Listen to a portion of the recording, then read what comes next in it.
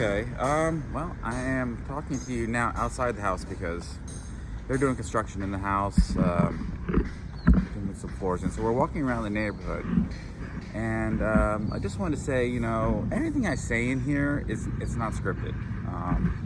I don't have any serious plan about what I'm going to say, except that I try to talk about my day or what little stories that I have that I've acquired. And the other thing is, we were talking about this last night. The Philippines is way different than the United States. Although I kind of feel like some of this reminds me a little bit of like South Florida, and when I grew up as a kid, some of the areas are very, very similar. There's a big Spanish influence here, so there's a lot that's very common. But we were talking about what is different here. And I found that, and it's been other places in the world too, where we've been exposed to different cultures and things. I can't compare the U.S. To here. It's like apples and oranges. There's just no comparison.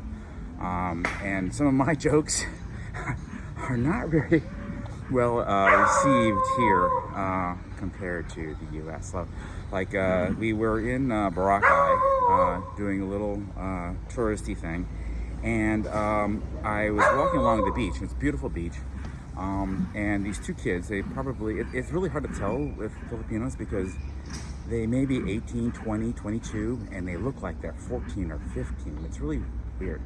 Anyway, I was looking up at this tree, and these two kids were climbing up into a coconut tree. And remember, I said everyone's doing something to make money. There's no free handouts here in the Philippines. Anyway, so these two kids were climbing a coconut tree, and they were going to get some coconuts to cut open and sell the coconut milk and the pulp from inside. And I just commented. I said, "Oh, a couple of little monkeys climbing up the tree." And it wasn't insulting. It was just, a physical description of what they were doing. They're climbing up in these trees. And this is not a small tree. This is like, I would say 30 feet high off the ground. Something I would never attempt. But these were kids, and kids are willing to do risky and dangerous things. And they were holding on with nothing except their hands and their feet climbing this thing. Anyway, my husband, he's Filipino.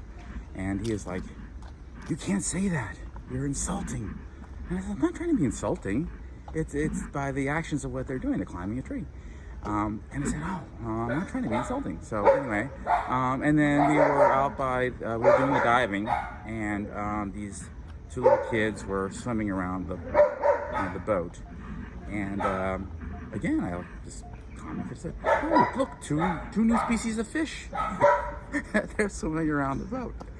And again, it was all in fun. It wasn't meant to be insulting. There was no intent at that. But I was like giving a little lie, like, really, what is that? Anyway, so it's different here. And then last night we had some friends over, some of John's friends from when he was a child, and they brought some pizza. Now, Filipino food is really good. I like the adobo, fried chicken, whatever else they have. It's all got tocino,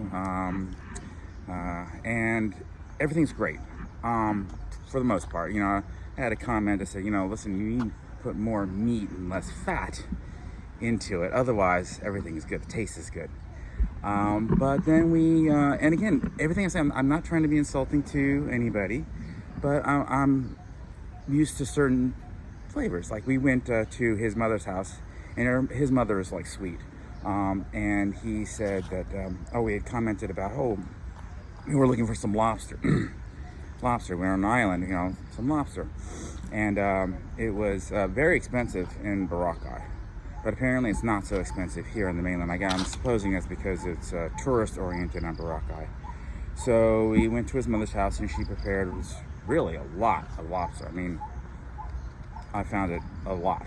and you'd pay hundreds of dollars at a restaurant in New York or something like that, or anywhere in the U.S. But they served it with vinegar and chops of garlic, and that's just not for me. It's not something that I liked. I mean, I would prefer it's like butter and garlic, you know, but that's what it was, and lots of rice. That's taking a little getting used to too, but it's, you know, that's their take on it. And then we had some friends over, and they brought pizza.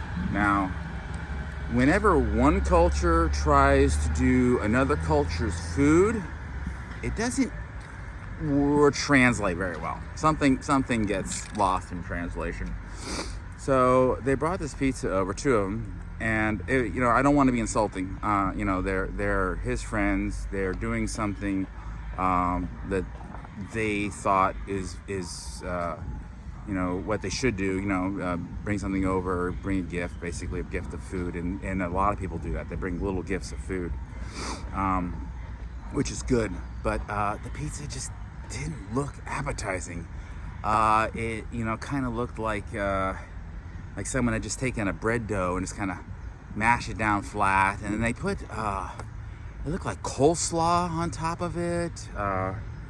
And there was one that had cheese and meat on it, but they hadn't really cooked the cheese down, you know, like in a typical American pizza. You know, the cheese is all bubbly and good. And the sauce they used was this. They're very big on sweet foods, so everything was sweet. And I just couldn't get my appetite around it. It was just not appealing to me as you know, being used to American style pizza. So I can't be rude, you know. I had a piece. Of course, it was followed by several cups of wine. The kind take the edge off of my appetite. But yeah, so things are different here. And I can't even get you started on the electrical system. It's like, I don't even know how they keep track of anything. Literally, I call it spaghetti electrical, but it translates into the houses too. I'm not sure how they, like, when you're going to build a house, these things are built to withstand like a typhoon. They're all solid CBC block walls, and you know, like in America, you know, we have partitions and dividers. You can put electrical wire through the walls, and they're hollow essentially. Not here. These things are solid, so they actually chisel a gap in the wall. If they're doing a little bit more planning ahead, I've seen where they've actually put in, during the construction, they've put in PVC pipe that they can run wire through or plumbing through or whatever. But for the most part, it seems like they don't have a real plan when they build this stuff.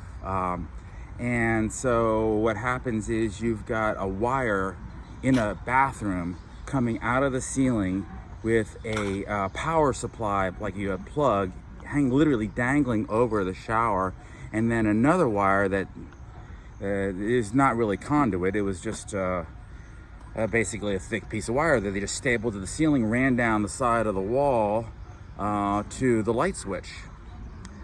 So yeah, it's different here. Great rules, but pretty much you do whatever you want to do to get accomplished whatever you're going to accomplish. So anyway, we're getting ready to go to Zhang's family's house to see his older brother's children. So I gotta go, but we'll talk again soon. Bye. Oh, mabuhay from the Philippines.